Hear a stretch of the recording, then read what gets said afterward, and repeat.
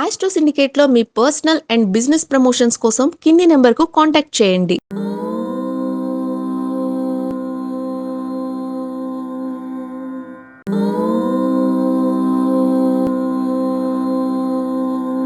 ఓం శ్రీ గురుభ్యో నమ.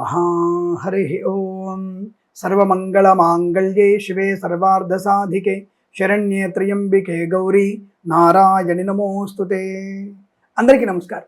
శ్రావణ మాసం ప్రతి పండగ విశేషమే. నేను చెప్తున్న వాటిని మీకే ఎంతో కన్ఫ్యూజ్ ఉంటుంది. నాగుల చవితి, నాగుల పంచమి, వరలక్ష్మి వ్రతం, సత్యనారాయణ వ్రతం, ఇలా మనకి గరుడ పంచమి, నాగ పంచమి, సంథింగ్ ఇవన్నీ కూడా మీకే కన్ఫ్యూజ్ అయినా సరే ప్రతి ఒక్క డేట్స్ ప్రకారంగా మీకు నేను చెప్తున్నటువంటి పండగల విశేషాలు.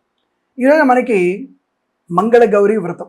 ఈ మంగళగౌరి దేవత యొక్క అనుగ్రహాన్ని పొందుకునేందుకు మీరందరూ కూడా ప్రతి శ్రావణ మాసంలోనూ మంగళవారం పెళ్ళైనటువంటి 5 సంవత్సరాల వరకు, అంటే పెళ్ళైనప్పటి నుంచి 5 సంవత్సరాల వరకు వస్తున్నటువంటి మంగళగౌరి వ్రతాలు దాదాపుగా 20-25 వ్రతాలు ఉంటాయి.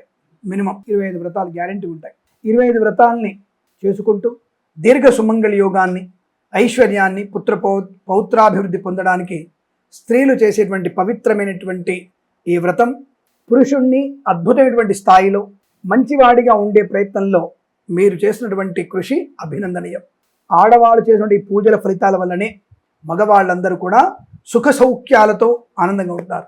కానీ ఈ కొంతమంది దౌర్భాగ్యులు చేసేటువంటి తప్పుడు పనులు స్త్రీలోకాన్ని నాశనం చేస్తుంది, స్త్రీలని అవమానం చేస్తుంది. అలా ఉండకుండా ఉండేందుకే ఇటువంటి ధర్మబద్ధమైనటువంటి వ్రతాలు, నోములు, ఉపవాసాలు, నక్తాలు, ఆశీర్వచనాలు, ముత్తైదువులు అనేటువంటి కార్యక్రమం చెప్పబడింది. దీన్ని పాటిస్తూ దీని అంతరార్థాన్ని తెలుసుకొని ఆరోగ్యము, ఆయుష్, ఐశ్వర్యము, అన్యోన్యతని, ధర్మకార్యాచరణని చేయాలనికే ఈ వ్రతాలని తెలుసుకునే ప్రయత్నం చేయండి. అలాంటి స్పష్టమైనటువంటి వీడియోలు మాత్రమే చేసేటువంటి ఏకైక ఛానల్ మన ఛానల్స్ మాత్రమే అని తెలియజేసుకుంటూ, ఈరోజు మనకి ఆధ్యాత్మికంగా అత్యంత పవిత్రమైన శ్రావణ మాసంలో ప్రతిరోజు మనం చేసుకునే పండుగల భాగంగా ఈరోజు మనకి శ్రావణ మంగళవారం మంగళగౌరి వ్రత విశేషాలు. ఎవరిని పూజించాలి? అసలు ఆడవాళ్ళు చెప్పాల్సిన అవసరం లేదు. ఆదిశక్తి స్వరూపిణి అయిన మంగళగౌరీదేవి అంటే పరోక్షంగా పార్వతీదేవిని పూజించడమే. శ్రావణ మాసంలో వచ్చే ప్రతి మంగళవారం ఉదయాన్నే అభ్యంగన స్నానాలు చేసి పూజ ప్రారంభం చేసుకుంటారు. కొత్తగా వివాహమైన స్త్రీలు వరుసగా 5 సంవత్సరాలు చేస్తుంటారు. ఈ విషయం చెప్పాను. ఇక్కడ అమ్మవారి శ్లోకం ఏం తెలుసా? దాదాపుగా పుత్రాందేహి ధనందేహి సౌభాగ్యం సర్వమంగళే సౌమంగళ్యం సుఖం జ్ఞానం దేహి మే శివసుందరి. సర్వమంగళి శివసుందరి, నాకు పుత్రులను, ధనాన్ని, అఖండ సౌభాగ్యాన్ని, సుఖాన్ని, జ్ఞానాన్ని ప్రసాదించమ్మ తల్లి అని చెప్పడం. అలాగే దేవీం షోడశవర్షీయాం శశ్వత్సు స్థిర యవ్వనం బింబోష్ఠిం సుదతీం శుద్ధాం శరత్పద్మ నిభాననాం. చూడండి, ఆడవాళ్ళు ఎంత తెలివిగా అడుగుతున్నారు అమ్మవారిని. నిత్యం యవ్వనంతో శరత్కాల పద్మం వంటి ముఖంతో ప్రకాశించే మంగళగౌరి, ఓ దేవి నీకు నమస్కరిస్తున్నాను, నీ యొక్క అనుగ్రహాన్ని నాకు ప్రసాదింపజేయము. అమ్మవారిని చాలా తెలివిగా మీ వైపు తిప్పుకుంటారు. అలాగే సర్వమంగళ మాంగళ్యే శివే సర్వార్ధసాధికే శరణ్యే త్ర్యంబికే గౌరీ నారాయణి నమోస్తుతే. అలాగే ఇక్కడ పౌరాణికంలో కథలు స్పష్టంగా చెప్పబడతాయి మనకి. అంటే సుశీల ధర్మపాలుడి కథ. పురాణంలో ధర్మపాలుడు అనే ఒక వర్తకుడికి సంతానం లేకపోతే గౌరీదేవి అనుగ్రహంతో కుమారుడు అంటే వారదత్తుడు జన్మిస్తాడు. కానీ అతనికి 16 ఏళ్లకే అల్పాయుష్ ఉంటుంది. కానీ అతనికి 16 ఏళ్ళకి అల్పాయుష్ ఉన్నప్పటికీ 15వ ఏట అతనికి సుశీల అనే కన్యతో వివాహం జరిపిస్తారు. సుశీల తల్లి క్రమం తప్పకుండా శ్రావణ మంగళగౌరి వ్రతం ఆచరించడం వల్ల సుశీలకు అఖండ సౌభాగ్యవరం లభిస్తుంది. వివాహమైన తర్వాత కూడా సుశీల ఈ వ్రతాన్ని ఆచరించి తన పాతివ్రత్య మహిమతో మంగళగౌరీదేవి అనుగ్రహంతో తన భర్తకు వచ్చిన యమగండ నుంచి కాపాడుకొని అల్పాయుష్యుణ్ణి దీర్ఘాయుష్యుడిగా మారుస్తుంది. అందుకే వధువులు అఖండ సౌభాగ్యం కోసం ఈ వ్రతాన్ని ఆచరిస్తుంటారు. ఇందులో ఇతిమితంగా చెప్పేది ఏంటంటే, వాళ్ళు చేసినటువంటి అనేకమైనటువంటి నోములు, వ్రతాలు పరోక్షంగా పురుషుడికి ఆయుష్, ఆరోగ్యము, ఐశ్వర్యాన్ని ప్రసాదింపజేస్తుంది. అందుకే ప్రతి పురుషుడి విజయం వెనుక ఆడపిల్ల ఉంటుంది అన్న విషయాన్ని గమనించండి. వాళ్ళు లేకపోతే మనం శూన్యం, అది కూడా గమనించుకోండి. మరి పసుపు గౌరిని ముందుగా పూజించి బింబ రూపాన్ని చేసి 16 రకాల పూలు, 16 రకాల పత్రాలు, 16 రకాల ఒత్తుల దీపంతో అర్చన చేసి పిండి వంటలు, పెరుగన్నము నైవేద్యంగా సమర్పించి ముత్తైదులకు వాయనం ఇవ్వాలి. ఈ అమ్మవారిని అభిషేకం అంటే కాస్త పంచామృతంతో పైన చిలకరించడం, అలాగే అమ్మవారికి అష్టోత్తర నామం చెప్పుకోవడం, అలాగే ఈ దీపాలు వెలిగించి ఆ దీపాల పైన ఆవు నెయ్యి రాసి కత్తికి కాటుక తయారు చేసి అది కళ్ళకి ముత్తైదులకు ఇవ్వడం, కళ్ళకి పెట్టుకోవడం మంచి కళ్ళ చలువ, కంటికి రోగాలు రాకుండా ఉంటుంది, దాంపత్య సుఖజీవనం ఉంటుంది, కుటుంబంలో శాంతి సౌభాగ్యాలు లభిస్తాయి. కాబట్టి మంగళగౌరి వ్రతాన్ని అత్యంత భక్తి శ్రద్ధలతో ప్రతి ఆడపిల్ల చేసినటువంటి మంగళగౌరి వ్రతాన్ని మనకంటే ఎక్కువగా ఆ యొక్క స్త్రీమూర్తులకి, నా సోదరిమణులకి, నా అమ్మాయిలకి బాగా తెలుస్తున్న విషయాన్ని గమనించండి. ఇదే రోజు మరి మరొక విశిష్టత ఉంది. శ్రావణ శుద్ధ షష్ఠి రోజున మంగళగౌరి వ్రతం ఎలాగొచ్చింది మనకి. ఈరోజు ఇంకో విషయం తెలుసా మీ అందరికీ? తెలియదు. ఈరోజు కల్కి జయంతి. మహావిష్ణువు యొక్క 10వ అవతారమే కల్కి అవతారం యొక్క దివ్యమైనటువంటి రూపం. శ్రీ మహావిష్ణువు యొక్క అవతారం కల్కి అవతారం కనుక శ్రావణ శుద్ధ షష్ఠి తిథి సూర్యోదయం నుండి ప్రదోషం వరకు శ్రీమన్నారాయణమూర్తిని ధ్యానం చేసుకోవాలి. భాగవతంలో 12వ స్కందంలో చెప్పబడింది, శంభల గ్రామ ముఖ్యస్య బ్రాహ్మణస్య మహాత్మన భవనే విష్ణు యశోసో కల్కి ప్రాదుర్భవిష్యతి.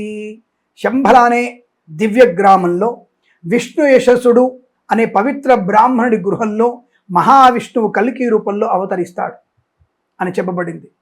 అందుకనే గాయత్రి మంత్రంలో కల్కి గాయత్రి మంత్రం ఉంటుంది.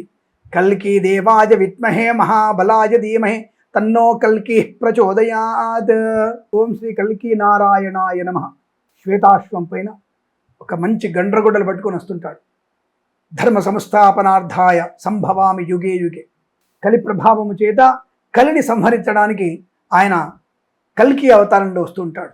విష్ణు పురాణము మరియు భాగవత ప్రకారం కూడా కలియుగం అంతిమ దశకు చేరి అధర్మం తాండవిస్తున్నప్పుడు, పాపము హింస పెరిగిపోయినప్పుడు ధర్మాన్ని తిరిగి ప్రతిష్ఠించడానికి ప్రతి ఇంట అన్నం అమ్ముకొని తినడా అంటుంటారు. ప్రతి ఇంట్లో అన్నం అమ్ముకొని తింటుంటారు. 8 సంవత్సరాలకే 2-3 ఏళ్లకే రైసులు అయిపోతుంది. 8 ఏళ్లకే సంతానం పొందుకుంటారు. 13 ఏళ్లకే 16 ఏళ్లకే కాలగర్భంలో కలిసిపోతుంటారు. అటువంటి సమయమే కలి సమాప్తి సమయం అది. అటువంటి సమయంలో అధర్ములను అంతమొందించి ఆయన దేవదత్తం అనేటువంటి గుర్రం మీద, తెల్లటి గుర్రం మీద రక్త ఖచ్చిత ఖడ్గంతో అధర్మాన్ని నాశనం చేయడానికి, సత్యయుగానికి మళ్ళీ నాంది పలకడానికి ఇక రాణి అవతారాన్ని ముందే భావించి జయంతి జరుపుకోవడం మన ధర్మంలోని విలక్షణమైన విశ్వాసానికి ప్రతీక. కాబట్టి ఈ రోజున మహావిష్ణువుని రూపానికి తులసి దళంతో, మహావిష్ణు రూపం ఎలా ఉంటుంది, శ్రీ విష్ణు రూపంలో చేసుకోవాలి మనం. విష్ణు అవతారమే ఆ విష్ణు అవతారానికి తులసి మాలతో, విష్ణు సహస్రనామ పారాయణతో లేదా కల్కి స్తోత్రం పఠించాలి. అజ్ఞానము, కష్టము, కలిదోషాలు తొలగిపోవడానికి, సమాజంలో ధర్మబద్ధమైనటువంటి జీవితము, మనశ్శాంతి, శత్రుభయ నివారణకి మనం ఈ యొక్క కల్కి భగవాను పూజించుకునే అత్యుత్తమ ప్రక్రియ. కలి ప్రభావాన్ని కొంచెం తగ్గించుకునేటువంటి ప్రక్రియ. మనం ఉన్నంత వరకైనా పాపనాశం కలడానికి చేసేటువంటి ముఖ్యమైనటువంటి ఈ యొక్క పూజా ప్రక్రియ. అందుకే కల్కి జయంతిలో మనం తప్పకుండా స్వామిని శ్రీమన్నారాయణ పూజించి అధర్మాన్ని నాశనం చేయమని కోరుకునే ప్రయత్నం, మన బుద్ధిని వికసింపజేయమని కోరుకోవడమే కల్కి జయంతి అవతరణ ఉత్సవ పూజా విధానం. ఒకరోజున పార్వతీదేవి యొక్క ఆశీస్సులు అందించే మంగళగౌరి వ్రతం మరియు అధర్మాన్ని నశింపజేసే కల్కి నారాయణ దివ్య జయంతి రావడం భక్తులకు లభించిన గొప్ప అవకాశం ఇది. ఈ పవిత్ర రోజున గౌరీ నారాయణ అనుగ్రహం పొందుతున్న వారికి అంతకంటే అదృష్టమే ఉంటుంది. కాబట్టి ఈరోజు మనం మంగళగౌరి వ్రతం చేసినటువంటి అమ్మాయిలు వెంటనే పక్కనే కల్కి రూపంలో ఉన్నటువంటి కల్కి అవతారమైనటువంటి ఆ శ్రీమన్నారాయణను పూజించి ఆయన అష్టోత్తరం చదువుకొని ఆయనకింత పాయసము మహానైవేద్యం పెట్టి ఆయన దగ్గర 2 అక్షతలు వేసి ఆయన అక్షతలు కూడా శిరస్సులో వేసుకున్న వారికి ఈ గౌరీ నారాయణుల యొక్క అనుగ్రహం పొందుకునే అవకాశం ఉంటుంది. అన్నాచెల్లెల అనుగ్రహం ఎంత విశేషం చూడండి. అన్నాచెల్లెలే కదా గౌరీదేవి, నారాయణుడు ఇద్దరు కూడా. కాబట్టి వారిద్దరి అనుగ్రహాన్ని పొందుకుంటే మనకి అంతకంటే మనకి గొప్ప విశిష్టత ఉంటుంది. వారిద్దరు కలిసి వచ్చిన రోజు, మనకి అంది వచ్చిన రోజు, అందిపుచ్చుకొని మిస్ చేయకుండా మనం ఇద్దరిని పూజించి ఆనంద వైభవాన్ని, ఆయురారోగ్య ఐశ్వర్యాభివృద్ధి పొందాలని కోరుకుంటూ సర్వే జనా సుఖినో భవంతు. ప్రేమతో మీ కిరణ్ శర్మ. ఆగండి మర్చిపోకండి, మీరు మన ఛానల్ని సబ్స్క్రైబ్ చేశారు కదా, మరి లైక్ చేసి షేర్ చేయాలి కదా. మీ వాట్సాప్ స్టేటస్లో పెట్టుకోండి, ఇన్స్టాగ్రామ్లో పేజ్లో ఫాలో అవ్వండి, అలాగే ఫేస్బుక్ను కూడా ఫాలో అవుతూ మరొక 100 మంది చేత తప్పకుండా మన ఛానల్ని సబ్స్క్రైబ్ చేయిస్తారని కోరుకుంటూ ప్రేమతో మీ కిరణ్ శర్మ.